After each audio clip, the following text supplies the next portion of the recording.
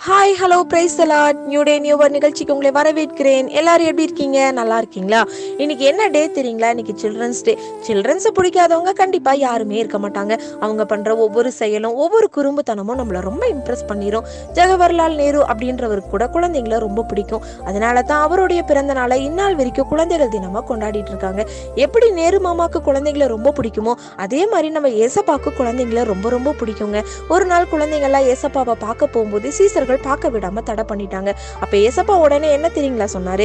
மத்தேயு 19:14 சிறு பிள்ளைகள் என்னிடத்தில் வருகிறதற்கு இடம் கொடுங்கள், அவர்களை தடை பண்ணாதிருங்கள், பரலோக ராஜ்யம் அப்படிப்பட்டவர்களுடையதுன்னு சொன்னாருங்க.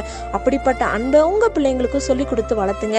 அவங்களோட வாழ்க்கை கண்டிப்பா ஆசீர்வாதமா இருக்கும். இதை கேட்டுட்டு இருக்க சில பேர், எங்க வீட்டுல ஒரு குழந்தை இல்லையே, எந்த சில்ட்ரன்ஸ் டேவை நாங்க செலிப்ரேட் பண்றது, எந்த ஏசப்பாவோட அன்பை நாங்க சொல்லி கொடுத்து வளர்த்துறது அப்படின்ற ஒரு கேள்வியும் ஒரு கவலையும் கண்டிப்பா இருக்குங்க.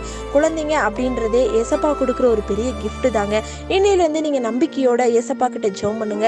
அடுத்த சில்ட்ரன்ஸ் டேக்குள்ள கண்டிப்பா உங்க வீட்டுல ஒரு குழந்தை இருக்கும். நம்பிக்கையோட காத்துட்டுருங்க. ஐயோ, இதை சொல்ல மறந்துட்டேனே. எல்லா குட்டீஸ்க்கும் happy children's day. Bye. God bless you.